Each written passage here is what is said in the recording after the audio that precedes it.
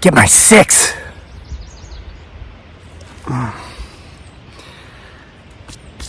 Hey, if the name fits, wear it, right? What's up, everybody? Welcome back to another video from Homesteading Off the Grid. Strange story. It's a very strange story. It's weird.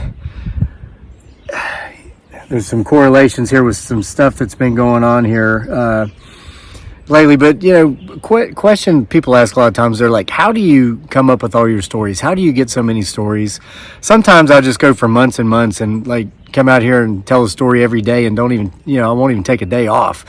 I caught myself up in that here again this spring. And so I've intentionally been taking some time off, kind of I've just been doing too much, getting overwhelmed. But a story did come to mind because of a beautiful scene that I actually captured on camera this morning. I took a picture. It's basically just a picture of our house. The front of our house is viewed from the head of our pond this morning, right after our son got on the bus and left. Dearly and I, my beautiful bride Dearly, aka Giggly Girl. This time of year, we'll generally feed the fish in the pond, walk around the property, look at the gardens and whatnot before heading into the house and starting our day. And it was so beautiful, I wanted to get a picture of it. So take a look at where I am blessed to be able to have the opportunity to live every single day. This is what it looked like just this morning.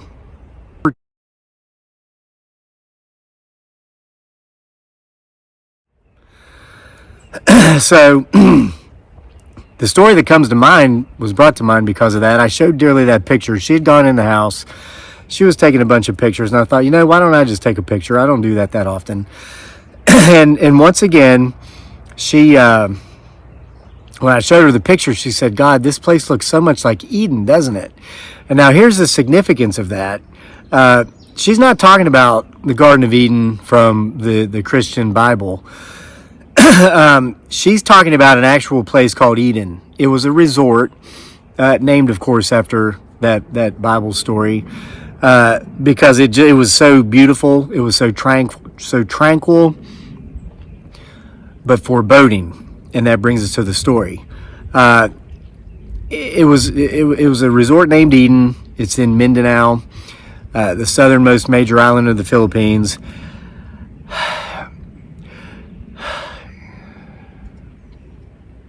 There's so much to this story. I'm going to try to work these things in. A couple things I've been working on.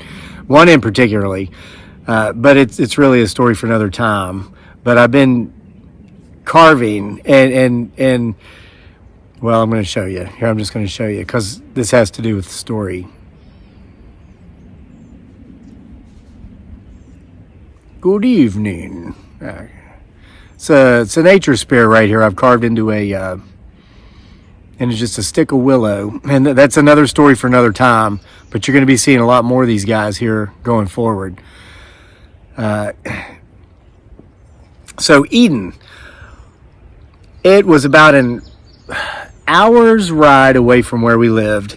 And we would go there when our finances permitted because it wasn't cheap. There were a lot of times we couldn't afford to go there.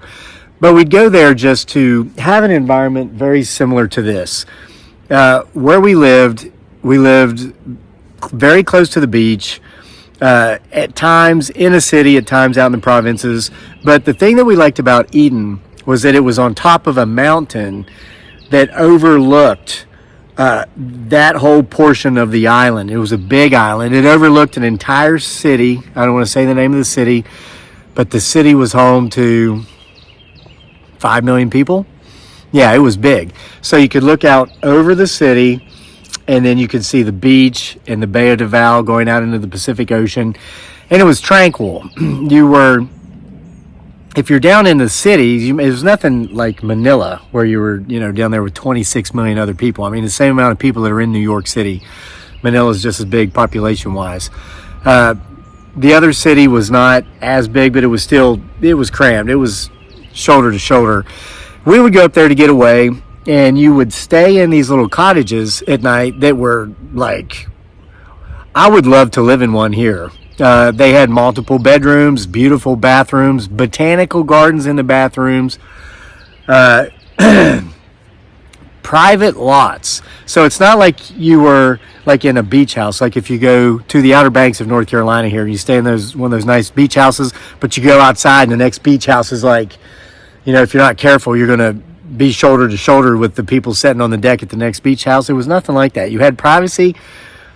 They built them around the lay of the land to where you generally couldn't see the next house, because they would put the next one over a hill on the other side of a hill. So they might have only been 150 or 200 yards away, but they were down over a dip, so you couldn't see them. So it was wonderful. They had pine trees. It was the only place in the country where I ever saw fireflies. The elevation was quite higher, so it actually got cold at night, and it never got cold at night down there at beach level because it was 7 degrees above the equator, very tropical. And so when I showed Dearly this picture of our house, the one I just showed you here towards the beginning of the video, it looked a lot like that, except there wasn't fields, it was just more forest. And they had ponds and they had tilapia, and some of you may have seen the video where our son Daniel, who when he was 3 years old, I believe, he might have been 4, caught a big tilapia in a pond. That was at that place. That was at Eden, okay? So Dearly looks at the picture and she says, wow, it looks so much like Eden, doesn't it? And I said, yeah, it does. It's like, and we get to live here though. We don't have to pay, well, we have to pay the mortgage, but and it wasn't too expensive by American standards. It's just when I was living in the Philippines, I wasn't living by American standards. I had no work, no money, no income, had to create all of that out of thin air through my writing and through social media to make this life we have now happen. So it was $100 a night. And you're thinking, wow, to stay at a place like that, like you've described, for $100, that's a steal. Well, yeah, it is. But to stay at a place like that over here in the U.S., you'd probably spend $500 a night. I mean, it was that nice. So Dearly said, why did we ever stop going there? Because we would go there, and there before we left to come to the U.S. in our final days in the Philippines, when I had started making enough, generating enough revenue from my writing to be able to afford to make the move 9,000 miles away to the United States and bring my beautiful bride, Dearly, aka Giggly Girl, and our son with me. Things were going really well to where we could go up there. We'd go up there every other week until we didn't, until we stopped. And this is why we stopped. It has to do with the story, and it has to do with the story that I was reminded of by viewing the picture of our house that I shared with you already, reminded me of Eden, reminded my wife of Eden. And when I carved this guy, it reminded me of the specific story. Okay, the last time I went to Eden, I did not go with Dearly and I did not go with Daniel. We were getting our ducks in a row to be able to come to the United States. And the biggest part of that, the most time-consuming part of that, was getting Dearly's ducks in a row. It'll blow your mind. It'll blow your mind. Unless you have to deal with a situation like this. Most people around the world don't exist on paper. You're like, that's nuts, Crazy Lake. No wonder everybody calls you crazy, and you got viewers sending you shirts that say weirdo on it, I'm going to try to show you the back so the tripod doesn't... I'm going to take my foot off the tripod. Check it out the back. Like, stay weird. Yeah, and I'm wearing my running shorts, my running hat. I just ran 3-mile tempo run, pretty quick pace. Trust me, there's no threat or fear, I think, of me becoming unweird anytime soon. I intend to stay weird the rest of my life. So you call me weird until you hear the facts, and you're like, wow, I never knew that. So when you're an American, you're born in the U.S., you, of course, get your birth certificate as soon as you come out of the womb there in the hospital. It takes like up to 30 days after you have a new baby to get that. You got to do whatever, some paperwork. Then, of course, you got to apply for your Social Security number. You get that. If you don't have that by the time you're 18, you better, especially if you're a guy, because you've got to go down to the post office and register for selective service so that if there's ever a draft, they can draft you. And they only give you a certain period of time. And you know this, I'm preaching to the choir. So you got your birth certificate, Social Security number, driver's license, passport, all these things. Then if you go to get a cell phone or whatever, a lot of times they'll ask you for a utility bill to show that, proof of residence. And then if there's the taxation. And here's what people don't know about Social Security numbers. I used to be a financial planner. I did that for 8 years. You know what one of the primary purposes for us all having a Social Security number is? Because when the U.S. government borrows money against other from other countries like China, one of the things that the government uses as collateral to secure those loans is the earning power and the future earning power of every single U.S. citizen. So the math's easy to do. You say, okay, the average American makes something like 48 grand a year. Maybe it's up to 52 or 53,000 a year. It's funny because everybody you talk to claims they make 100,000 a year. No, only 3% of the people actually do that. The other 97% lie about it. But the government's able to say, okay, let's say $50,000 to keep the math simple. We've got X amount of tens of millions of people who are under the age of 18. We know they're going to earn this much money. So yeah, China, we're good for it. And China's like, yeah, okay, and they give it to us. Yeah, I mean, we are widgets. And I'm not trying to come across as a conspiracy theorist or an anti-government, because I'm not really anti anything. I'm not pro anything. I'm me. And people are always like, are you a Democrat? Or are you a Republican? Or you? Because you seem liberal this way, but then you seem pretty conservative. Listen, if I had to pick a team, I would probably say libertarian. Okay? Now, how do you define libertarian? It's none of your damn business what's in my glove box. That's how you define libertarian. Okay, here's another example. Why'd the chicken cross the road? It's none of your damn business. Because he wanted to. That's why that chicken wanted to cross the road. And if he wanted to say he was a turkey while he's doing it, that's his or her or its right to do it. I don't care. I want to live my life and leave everybody else the hell alone, and I just want everybody else to leave me the hell alone. So I guess that's why I identify as a libertarian. This is really going off the rails. Everybody's like, you always talk about a million different things before you get to the point. Listen, my wife didn't exist on paper. It took us a year to bring her into existence to satisfy, and I don't have a problem with this. I really don't have a problem with this. We had to go get a birth certificate for her.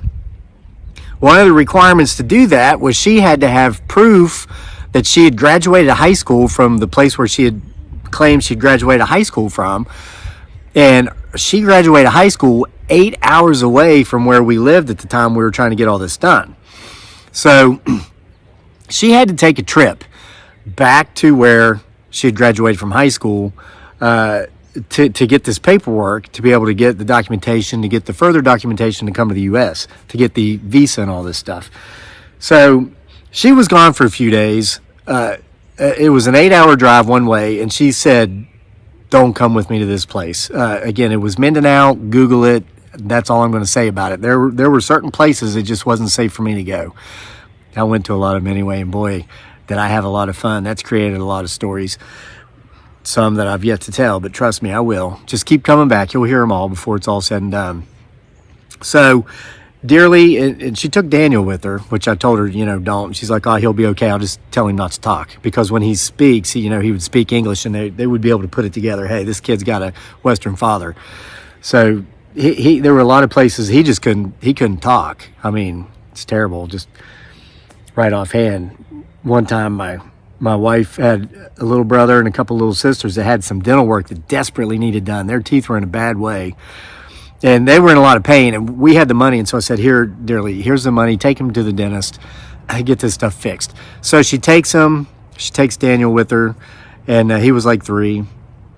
And they go into the dentist, and the dentist looks at all of them, give them the quote. So they're at the front, and they're doing the quote, working up the quote, and it was something like 1,800 pesos, which is not a lot of money. Not a lot of money at all. Maybe $40 to get these 3 people's teeth fixed.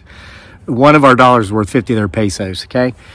So they're in the lobby. The woman, the receptionist, is giving the piece of paper where she's written down the price to my wife, and Daniel's with her, and there was an aquarium in the lobby, and it had fish in it, and Daniel said, look, Mommy, fish. This one's blue. This one's yellow. He starts talking, and the receptionist pulls the paper back and goes, Alaka, Papa Americano, which means, oh my God, is his dad an American? And my wife's like, yeah. And she goes, okay, wait, Mom, I think there was something. Long story short, the quote comes back and it's tripled.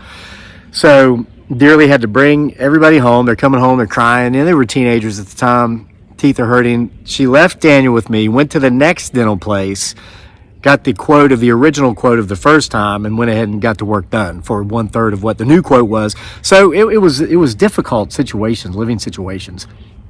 But she took Daniel with her to go back to get her high school paperwork so that we could get over here. So I had this buddy named Ray. I talked about him before. He's an Englishman. He's from England, expat who worked his whole life as a software engineer and salesman there in England, traveled the world, came to the U.S. all the time, went to Canada, all over Asia, all over Europe, retired. And the day after he retired, his wife informs him that he's to get out. She took, it works different in England. We've got a lot of English viewers. I guess they get 2 pensions there. It sounds like it kind of works like it does here in the U.S., or the way it used to when there were corporate sponsored pensions. That's kind of a thing of the past now, unless you work for the government. But I guess in England, you get your pension from the place you worked, and then you get what's similar to our Social Security retirement. So the wife took one of those. He got to keep the other half, and he had a bunch of adult kids that never spoke to him. So he said, to hell with it. I'm not going to just sit around and wait to die while I'm freezing to death in the cold rain of England. He had been to the Philippines before in his business travels, and so he went back. He went back to die in the sun. And when I got there, he'd been there for a few years. When I left, he was still there. He'd been there 10 years. 70-something-year-old man just hanging out at the beach, throwing back some cold ones. Had a beautiful, beautiful girlfriend. Her name was Letty, and she was in her early to mid-50s. And she would have passed as not a twin, but a very close physical resemblance sister to Selma Hayek, the Latina actress who's gorgeous. That's how this guy's girlfriend looked. And she was a sweetheart too, Letty was. So she was beautiful on the outside, and she was even more beautiful on the inside. So I got together with Ray and I said, hey, Dearly and Daniel's going to be gone for a few days. Why don't we just go hang out somewhere? And he suggested, do you want to go to Eden? I said, sure, let's go to Eden. I usually go up there with Dearly and Daniel, but it would be great to get away from the city, go up there, take in those views. And so we did. We went up there, and the first evening was a very interesting evening. We stayed 2 nights. There was a point where you could look over and see the city like I described. And below the point, they had it trellised and landscaped, and trellis isn't the right word. What is that type of farming you do in Asia where it's on the very steep mountainsides where they cut into the mountain? They'll grow rice paddies like that and everything else. It was like that, beautifully landscaped. And there were several other points where you could look over and you could see the city, you could see the beach, you could see the ocean. But there was one part where you had a very clear view of everything down there, the city, the beach, the ocean, but it was not landscaped. It was not gardened. And I'd always wondered why.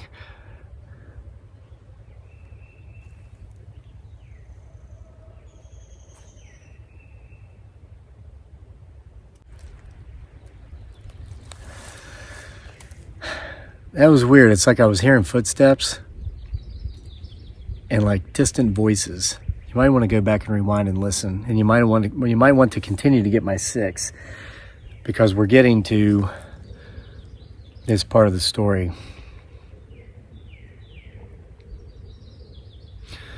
So we talked to one of the managers up there. It's a wonderful woman I always saw when I was up there with my family. And we asked, why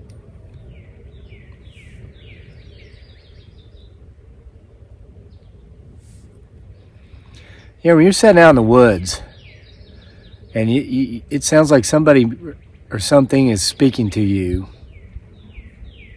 sometimes it's for a reason. And most people will never know because they simply don't pay attention. They don't pay attention to detail. If you learn to pay attention to detail, the details will jump right out at you. You know, it's no wonder so many people claim to see faces in the trees in some of these videos. We're getting to that. It's a tale for another time, but you're going to understand. I had a big epiphany. I understand more now than I ever did. So we asked her, why was it that one of the most beautiful points up here, there's no seating, It's not landscape down there.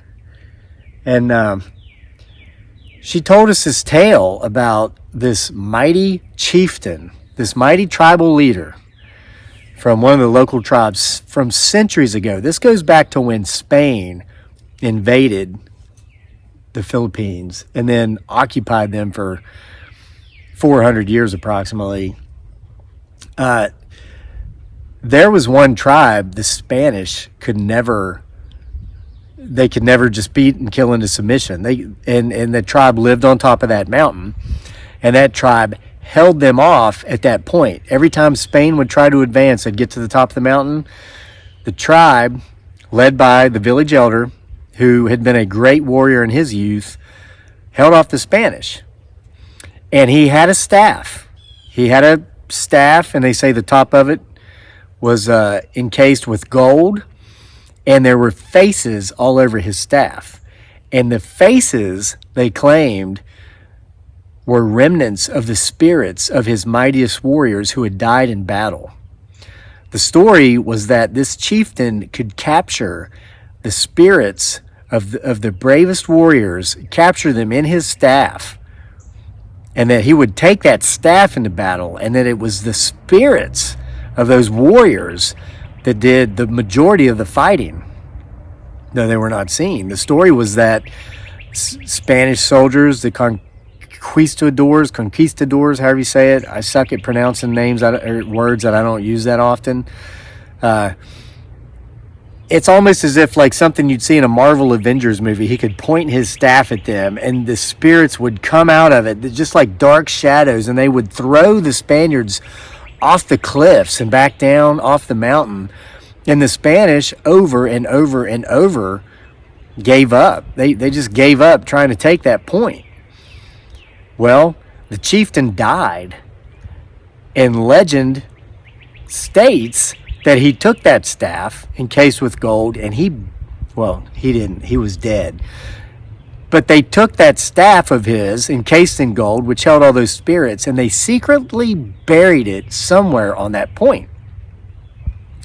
And from that point on, everyone, it's like the point was hallowed ground. Nobody would mess with that point. The Spanish by this time had given up trying to come and indoctrinate this local tribe with their ways, their culture. And they had a lot of problems taking over a lot of places in Mindanao. That's why it is like still there's stuff that goes on there that doesn't go on in the rest of the country and the rest of the world. It's very remote, and the tribes that live there are not going to conform to the way of the West, to the way of, anybody that wants them to come in there and change. A lot of these tribes, they still wear loincloths, and even the local government, the local people, they allow them their autonomy, okay? Well, the legend had circulated for centuries, even after the U.S. liberated the Philippines from Spain in the Spanish-American War, 1898 to 1905, by the time we finally left. Nobody thought much of it because there wasn't a lot of battling going on down there until Japan attacked in the Second World War. Here's some world history for you. Okay, the day after the bombing of Pearl Harbor, the Japanese bombed Davao City in the Bay of Davao because we're allies, and they figured that would be our launching off point to attack Japan, and of course it was. Well, Japan decided, as they were occupying the islands, that they were going to take that mountain. So they, of course, sent their soldiers up, and even though nobody defended that point, because nobody would walk on that sacred ground, that hallowed ground, perhaps that cursed ground, Japanese soldiers would fall to their deaths trying to go up the cliffs. They would fall to their deaths simply trying to hike up the mountain. They would be bitten by cobras. There were numerous ways in which they were killed.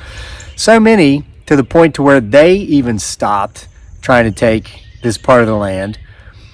And of course, that reignited the legend, and it made the legend grow even more. And the story, of course, continued that no one can take this land. No one will tread on this land because of that staff filled with spirits, outlined in gold. It still protects that sacred slash hallowed slash haunted ground, the enchanted forest, if you will. So Ray and I, that night, we had dinner, and we were having some drinks, and we decided just before dark we'd walk around and have a look of the views, looking down into the cities as all the lights were coming on at dusk, and it was just a beautiful sight. So we make our way around to that point that I've just given you the history of, and we saw another Western. We didn't know if he was a tourist or an expat at the time, but he was down there messing around. He was digging around. We're just looking at him. We didn't talk to him, but he noticed us watching, and he comes up.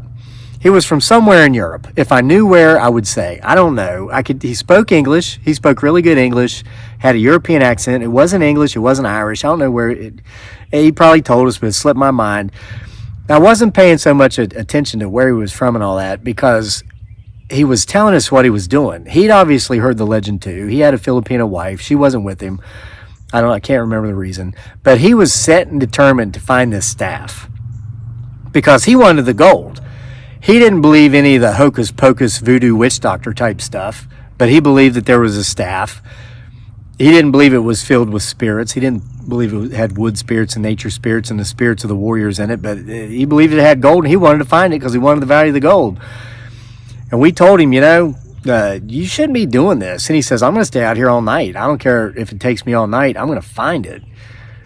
We're like, okay, whatever. And we politely and expeditiously parted ways. Expeditiously is easier to say than conquistadors. Why is that? I don't know. So anyway, Ray and I probably had a few too many cold ones that night. Slept it off though. There's one thing I miss about the Philippines is like time doesn't matter. It could be a blessing and a curse. Felt like purgatory when you didn't want to be there and you wanted out, but you didn't have the money to come home.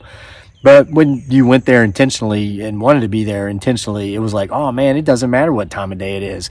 And especially since it's like a 12-hour difference from where I am, East Coast U.S. time. It's like this thought, oh wow, I wonder what the stock market's doing. Well, let's see, it's not 11:48 a.m. in the morning on Wall Street. The market's closed because it's 11:48 p.m. It was a wonderful thing. You didn't have to worry about it, So anyway, we got up and we went to have breakfast that morning, and we saw that lovely manager, and she came over and asked us if we were leaving that day, and I said, yeah, we're leaving. And she said, yeah, well, it's just as well. It's not going to be so pleasant up here today.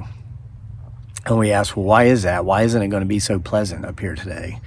And she said, well, they're doing some forensic and investigation. She says, I guess you haven't heard, but a foreigner fell to his death last night at one of the viewing spots. And that's what they call you. If you're not from the Philippines, you go to the Philippines, they call you foreigner. So their words, not mine. Here if I see somebody from another country, I like to call them a guest or a visitor, And we're like, well, we hadn't heard. And she says, yeah, he was out there. They found holes everywhere. It was early. It was in the pre-dawn hours. One of the landscapers who was working on the gardens over a couple hundred yards away heard movement. It sounded like maybe a deer in the forest. And they have deer there too. Filipino deer, they're about the size of dogs, a little bit bigger than blue ticks. They're only about half the size of eastern white-tailed deers. So anyway,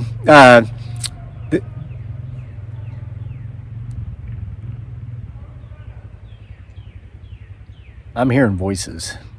So